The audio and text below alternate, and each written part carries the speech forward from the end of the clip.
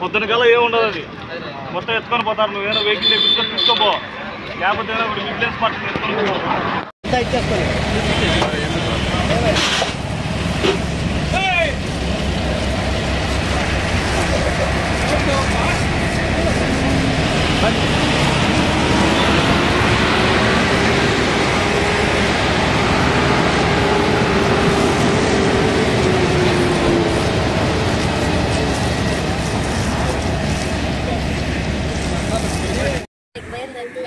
గిరి ప్రదక్షిణ చేసుకొని వస్తా ఉంటే సడన్ గా కార్లో పొగొచ్చేపటికి ఏమో అని చెప్పని చూసి దిగుతుమే 1 సెకండ్లో అంటుకొనేసాం.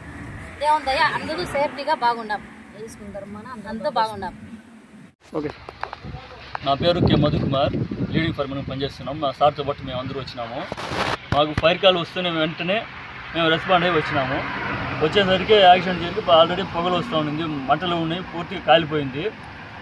మేము వచ్చి దాని మంటలంతా అదుపు చేసినాం పూర్తిగా.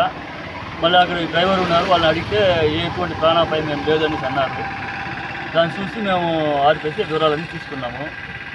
అప్పుడు ఆన్ ది స్పాట్ మేము ఇప్పుడు ఫైర్ మెసేజ్ మేము అటెండెన్స్ అయినట్టుగా ఫైర్ అటెండెన్స్ సర్టిఫికేట్ వాళ్ళకి ఇచ్చేస్తున్నాము.